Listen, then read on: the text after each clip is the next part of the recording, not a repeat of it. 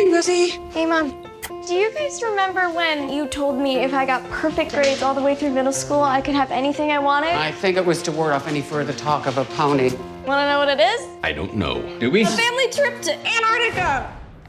Ponies are cute and maybe not as much trouble as we thought.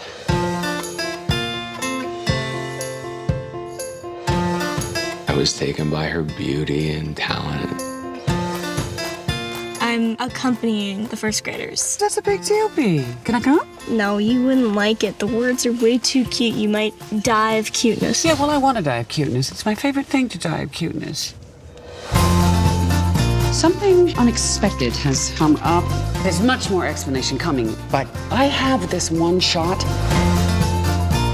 Just thinking about it's got my heart racing.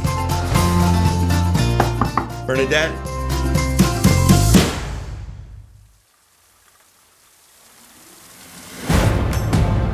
You'll never guess what happened.